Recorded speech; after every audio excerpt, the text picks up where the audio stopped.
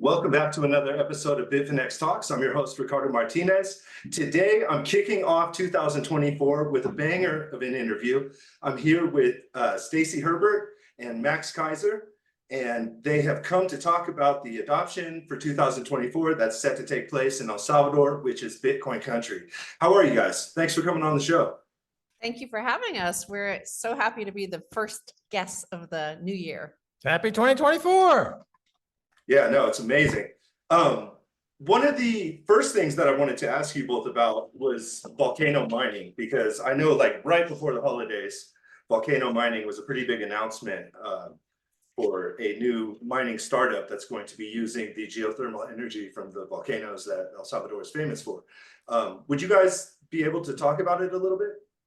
Sure. We have three things. We have Volcano Energy, which was announced in 2023. And for 2024, we have two programs, which is Volcano Bond, and we have Adopting El Salvador, which is our new immigration program for high net worth individuals interested in building Renaissance 2.0. But I'll let Max, as the chairman of Volcano Energy, talk about the first one. Yeah, absolutely. So Volcano Energy is, as you point out, it's $1 billion startup. It's a unicorn right here in El Salvador. Its CEO is ace banker and Salvadoran Josue Lopez, who brings an incredible world of experience to the mining business, the Bitcoin mining business, and the energy business. And we've got a pretty aggressive program in rolling out wind, solar, and geothermal mining. The wind and solar gets deployed first. And we've already broken ground on several of these projects in the first $250 million tranche of the $1 billion commitment to the project. We're also now exploring in the appropriate volcanic regions for geothermal.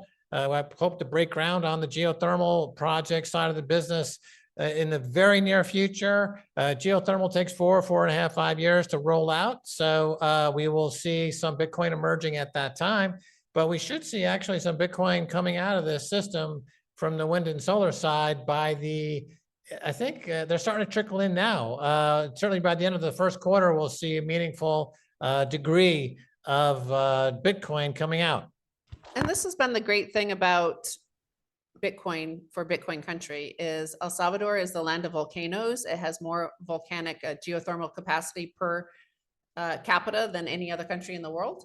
And yet, because of the nature of it being a developing country and there not being much industry relative to the potential here, Bitcoiners can obviously tap into that energy and build the infrastructure that is needed to then build the rest of the economy. Do you know what I mean? So we're building the energy infrastructure for Volcano Energy, and this will lead to further economic activity as we drive the price of energy down.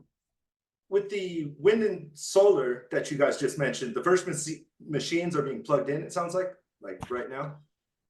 Yeah, we've got, it's a pretty aggressive project because we need to actually look at the infrastructure of the country first. We did a whole geographical, topographical survey of the country, and we're participating with the government. The government owns 23% of the project. We're working with the government to build roads where we need to build roads. The roads to Bitcoin City are being built. And so we have, of course, the rollout of the actual hardware, the wind and solar hardware, takes some time. And I believe the details on wind and solar, the actual beyond let's say the installation of those the actual hardware. I mean, it's happening right now. And has a switch been flicked yet where there's energy to Bitcoin? I'm waiting for that day to happen, but it'll be soon. So it's it's hardware, it's construction. The logo of the company and the brand of the company is hardworking men doing hardworking jobs out there in the volcanoes with machines building stuff. By the way, there is a website, volcano.energy, and you can go there, and it does have the roadmap of all the rollout of the projects and the infrastructure. So they're keeping everybody up to date. Nice. Once this operation's underway, like how further into the future do you predict to see like other energy rich countries kind of follow suit? Well, we've always been leading by example, right? I mean, President Bukele, his template for excellence, which includes both economic freedom and I would say kind of a stripped down version of an extremely cost efficient state, which is mandated to expand the public domain, like the library and other projects. They're doing a two-prong attempt here at building, really reinventing the nation state in a lot of ways. So with this project, you've got both things happening simultaneously. So we're both, and that's the magic of Bukelenomics, as I call it, is that you're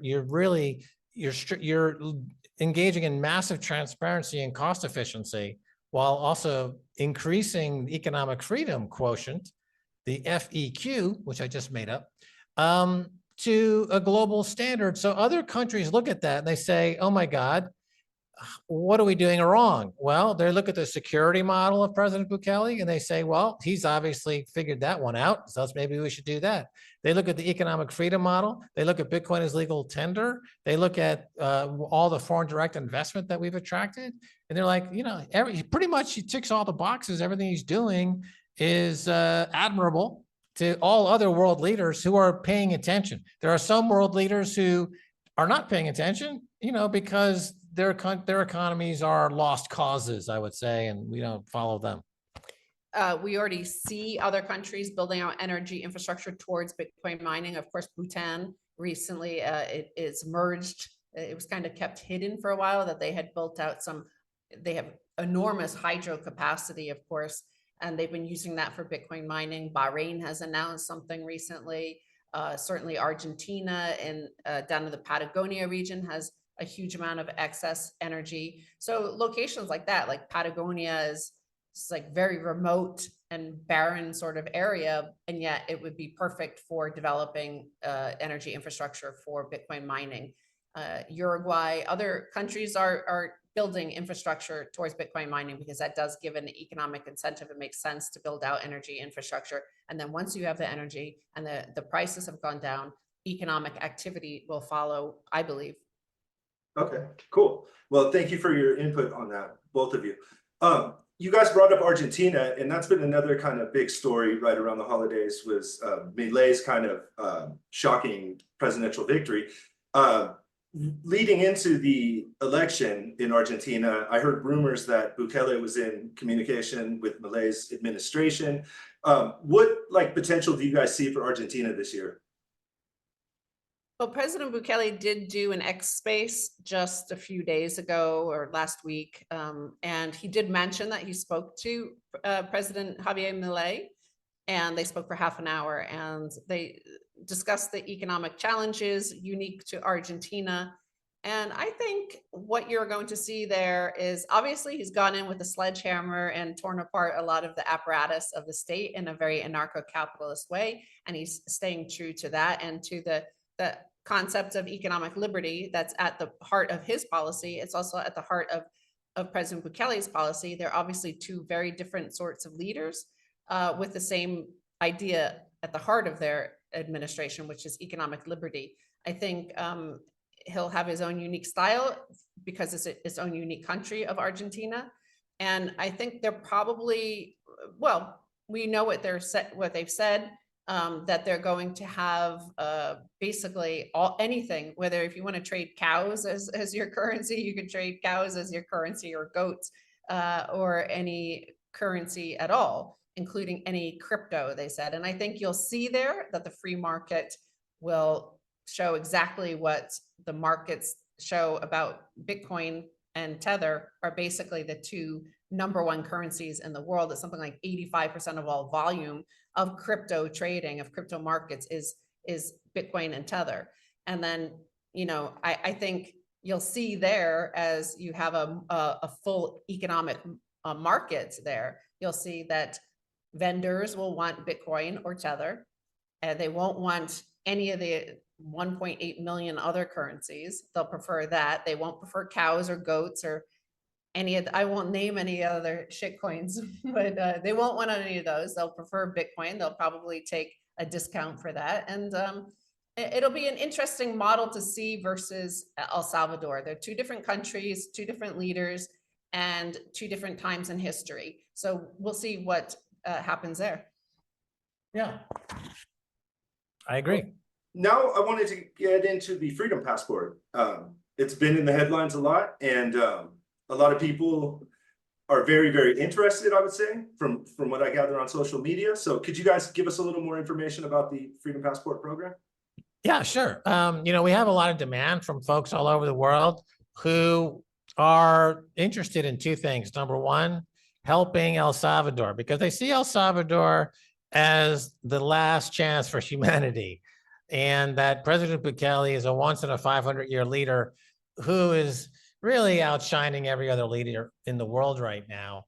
And other folks, particularly people of means, people who have wealth, family office types, people who are scions of their industry and their family and institutions, they're really genuinely concerned that their children and grandchildren will not have a world to inherit given the rate of collapse we see in the fiat money world. And they want to help President Bukele in El Salvador. So they are interested in buying a Freedom Passport, the current price being $1 million. And they're happy to do so. And there's a lot of demand for that. We talk to these people every day. Secondarily, the passport is unique in that it's extremely simple to go online, apply, and get a passport in as little as 6 weeks. So this is a very compelling situation for many, many folks who don't want to go through a lot of rigmarole, a lot of paperwork, make investments, shop for a building, shop for a property. It takes time. Who has time for all that stuff? So they just want the passport. They want freedom. They want to support the country. And so we're kind of meeting the demand for that. The website that Max mentions is adoptingelsalvador.gov for gobierno.sv, adoptingelsalvador.gov.sv. And anybody from around the world can go there, select their nation. There's the US and Canada, one section, and the rest of the world is another section. And it's called Adopting El Salvador because one of the things that we have always structured our Bitcoin policy here toward is that's the number one adoption metric that we look at is the number of the brightest, the best and the brightest adopting El Salvador. So look at like Silicon Valley, right? Silicon Valley transformed the world in many ways, mostly all positive, right? What they did to online digital freedom. People in the 90s did not go, the journalists in the 90s did not go to Silicon Valley and look at the coffee shops and decide, well, if they don't have Wi-Fi, free Wi-Fi, or if they don't have an email address, then the internet is a failure. Well, no, it was something, a cultural renaissance that was happening, that happened because of all these best and brightest of the coding world, of the computer science industry, that they were there. And I think that's what we're building here. That's what we're aiming for, but in a way, way bigger, more transformational way historically. We're on a Renaissance 2.0 sort of standard here. That's what we're aiming for. Just like Florence had the perfect money of the florin at that time, which was the perfect, most trusted weight and a unit of account of gold, which had been in existence for a very long time, thousands of years by that point as humans used that for money. But the florin it perfected it, right? And Bitcoin is now perfect money. And we believe that what we're doing here is going to create the same sort of epoch shifting. Like we're going to be remembered in 500 years of what the sort of transformation that we created here. And the best and the brightest are needed, right? Like Florence happened because you had wealthy guys, okay? Medici was wealthy, but they also had Da Vinci and Michelangelo and Botticelli and like the architects and adventurers. It was the age of discovery as well. And we believe it's an age of discovery because this is discovery of what's possible as a nation state under perfect money. Like it's a city state sort of size that El Salvador is. It's 6.5 million people here. It's the size of Massachusetts geographically. So I think we can create something quite extraordinary here. And we're inviting people like if Lorenzo the Magnificent had invited you to come to dinner and hang out with him and Machiavelli and Michelangelo and Da Vinci at dinner, you would be like, yeah, I think I'll go. Like, I'll pay whatever it takes to get at that table. People pay $500,000, $1 million to sit at a table with Warren Buffett for lunch, just one lunch, right? And we're giving you more of an opportunity here. And we set the price tag at a point that we believe we're worth. I think it's one of the highest in the world, but we're worth it. This is an asymmetric play, right? We're like catapulting ourselves from the top, because where we're going is to the place we want to be. And where we want to be is at the top.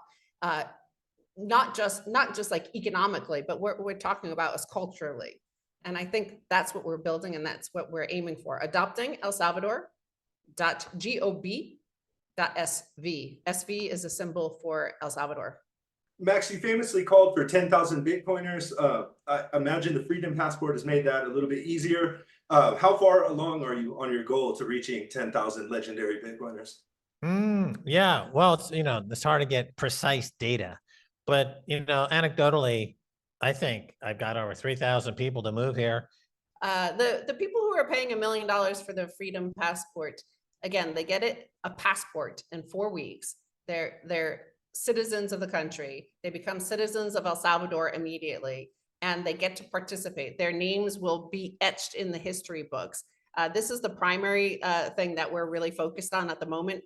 If you don't have those means, there are other ways to go. But right now we're focused on attracting, the people who want to be the modern Medicis, who want to put their money where their mouth is, the ideologically, Bitcoin country, the people who want to build Bitcoin country. Because that $1 million, by the way, is not just going into the ether, it's going into El Salvador, Bitcoin country. And it's going towards what you see already. People in Bitcoin, on Bitcoin Twitter, they're always retweeting President Bukele as he announces that a new public library, and the public spaces are better than the private spaces. When he hosts Miss Universe, when he hosts the Central American and Caribbean Games, when he develops formerly gang occupied, deprived areas of El Salvador and San Salvador, what he's doing is what we continue to want to see. So it's a whole cultural, renaissance happening here. And the $1 million, and there are only 1,000 passports available every year. That $1 million is going towards, social, economic, and cultural development across El Salvador in all these communities. This is, the place we want to be. That El Salvador is going to the place we want to be, and we could be you. You who buy the Freedom Passport are participating in this. This is a sort of country where you have a say, right? You get on Bitcoin Twitter, you show him your Freedom Passport, and you say, "Hey, President Bukele, this is the place I want to be, and this is what I'd like to see." Is like more economic development in Soyapango, more economic development in Ilopango, more economic development, more cultural development in Popa. So this is the place we want to be, and it's called El Salvador, and it's called Bitcoin country. I know we're getting close to the end here, but I do want to ask you what people can expect to see here in El Salvador this coming year. Well, we hope 1,000 people are going to adopt El Salvador as their home, get the Freedom Passport at adoptingelsalvador.gov.sv. And we're also going to see the volcano bond. And we're also going to see the landslide re-election of President Bukele. So, that is a mandate to continue a Bitcoin country policy. Bitcoiners around the world already see El Salvador as their spiritual home. They've already adopted El Salvador as their spiritual home. This is adoption is 100% here in terms of the population of El Salvador. Salvadorans born and raised here. They have 100% awareness of Bitcoin, but Bitcoiners around the world have 100%, well, close to 100%, spiritual connection to El Salvador and the story here. They're all rooting for us. Unlike the legacy financial press and financial Twitter, they're against us, but Bitcoiners and Bitcoin Twitter are 100% for us. Like, they're rooting for us, and they're rooting for us to succeed. And I think you're going to see that, because I say El Salvador is winning, and El Salvador will keep winning. And I think 2024, you'll see El Salvador keeps winning. And at least on our part, what we do is Bitcoin policy here and Bitcoin, ventures like the Freedom Passport and all the public art that you're seeing. We have a big, huge public art project starting in Zacamil, which is again a former gang occupied area, which is now has been liberated. We saw one public art project there from Satoshi Gallery that came about last October, November, and it's called Paso a Paso, and it's a public art of President Bukele. But we're going to see a whole transformation of Zacamil and a public art project that's starting now, and you're going to see all sorts of art along throughout a huge part of Zacamil. You'll see all sorts of public art. The one-off was the Paso a Paso of President Bukele, but all the other public art will be really inspiring cultural sort of ideas. And so we'll keep winning. That's what 2024 is in El Salvador. What do you think, Bex? Yeah, well, I would think of it like this. So during the first 5 years of the Bukele presidency, it's like this big slingshot, and you're pulling back the slingshot, you're pulling it back. He's been pulling it back for 5 years. And now with this re-election in February, he lets go. And this country is going to be catapulted into a future that will literally shock people. It's going to be amazing. You get a chance you get El Salvador at the price you deserve, right? I mean, if you want to get here now and front run the massive influx of people who want to understand that the new Statue of Liberty is a volcano in El Salvador, arrive here now, get here as soon as you can and set up shop, buy property, settle in, bring your family. Do it quick. Do it before everyone else shows up, because you'll be in a much better position. But once the cat's out of the bag, once people realize this is like Singapore on steroids, they're going to be like, wow, I have no choice, because I live in a country where it's collapsing. I'm in a fiat money world where the purchasing power of my fiat money goes down every single week, every single month. I'm miserable. And yet I look at Max and Stacy in El Salvador. They're living large. They're having a party down there. There's a halving party coming up in 2024. Come to the halving party. I would call it Singapore on carnivore. That's what I would call it. It's not soy, it's carnivore here.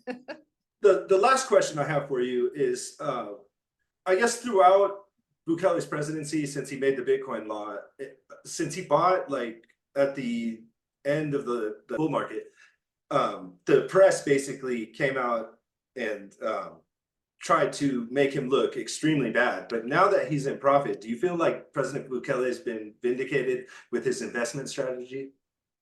He was in profit from day one. This is more than just fiat profit. But, forget the fact that they're not adding up all the revenue that El Salvador has generated over these years. When you arrive at the airport, every Bitcoiner shows that they've paid their visa, their $12 visa in Bitcoin. Those add up. The mining that we have at Berlin, that we've been mining Bitcoin for 2.5 years now. We've always been in profit, just even on the, just the fiat profit, but we've always been in profit even more profoundly from the brand value, the greatest rebrand in history that happened there. Because when President Bukele did that, what happened? The whole world looked at El Salvador. Now, what president ever in El Salvador's history got the whole world to look at this little country in one go? And they looked, and fortunately for Salvadorans, their leader was an actual leader. He wasn't just a president. He was a leader who charmed and mesmerized the world with his words and with his his ability to lead. And so they can't stop looking, and they can't stop talking about us. And that has driven more media attention, which has driven more tourism, which has driven more people to adopt El Salvador as their home for their home and their family, as well as for their companies. So many Bitcoin companies are starting to adopt El Salvador as their headquarters as well. We had Strike move here, we had Fold move here. We have other ones moving here soon. Azteco has moved here. So we have the best Bitcoin companies, Bitcoin maximalists, sort of really cool companies moving here. If you want to work for those cool companies, then you have to move to El Salvador to work for the cool companies, or you can work for the lame companies that are left behind in your country. Yeah, on a tourism and FDI adjusted basis, President Bukele in El Salvador was profitable on their Bitcoin investment day one. As a matter of fact, they're up 10x. And in 2024, they're going to be up 100x. And this is what's going to grab the attention of other leaders around the world, other money managers around the world, who are sitting there with fiat money dying. And they're going to look over to El Salvador. It's similar to what's happening with Michael Saylor and MicroStrategy, obviously. He's now got the winningest hand in corporate America of the past 50 years. He makes Warren Buffett and Charlie Munger look stupid. He makes every other CEO and CFO of every other Fortune 500 company in the world look stupid. And, guys, men, successful men don't like to look stupid.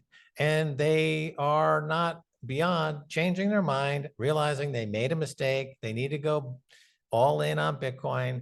And this will happen on the sovereign level with countries around the world, figuring out that, we goofed. We misread the market. We need to reverse course. When we talk about Renaissance 2.0 here, once the florin drove the huge economic success of florins, and then all the artists and the discoverers and the architects and the accountants followed, other city-states in modern Italy, what is modern Italy, they copied, right? Venice came out with their own copy of the florin, the ducat, or however you would pronounce that in Italian, but ducat, right? You have to do that. And then the other city-states also came up with their own more perfect, instead of just using a chunk of gold, right? So I think the success of El Salvador is it will drive other politicians to try to be a leader like President Bukele, and at least it will up their game at the margin, right? It'll up the game of other countries. So the Renaissance here will drive better conditions elsewhere. I agree with you completely on that. I think El Salvador is pretty inspirational for other countries that are in economic situations that are disadvantageous.